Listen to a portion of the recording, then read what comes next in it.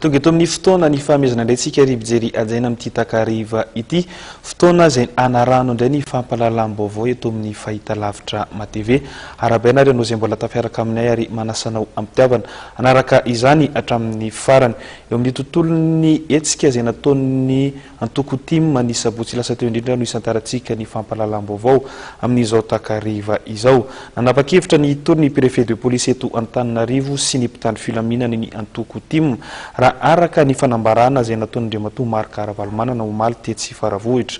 Ankoatra izay dia nangataka ny alan'ny préfet ihany koa ity filoha nasionaly ny antoko tiako Madagasikara ity. Tahina Raharsoro nitatitra ny vaovao.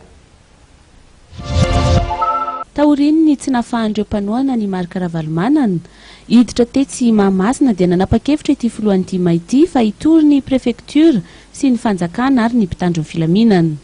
Etsekilany dia nanamafy ny fitoriana ihany koa ny fiadidina ny tanàna Antananarivo izay hitory ny mpitandro filaminana ihany koa noho ny fidirana ankeriny tao amin'ny kianjan'ny Mahamasina.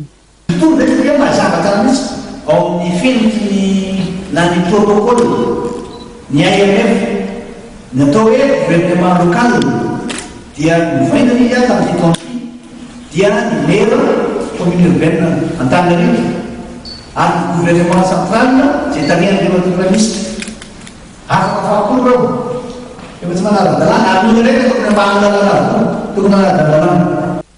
Ankoatra izay dia nangataka ny elan'ny prefecture Antananarivo ihany koa ity farany nandritra ny lahateniny. Efa nanapa-kevitra zao ny tribunal administratif fa manome lalana nahazo rana ny Madagasikara. Zay niboaka tany amin'ny ty le ty nefa tao aminy rehefa zao tsy ajaina amin'ny préfet nefa mba général ambonina hafa ihany. Ka maninona no deputate za iara tsy prefecture ty.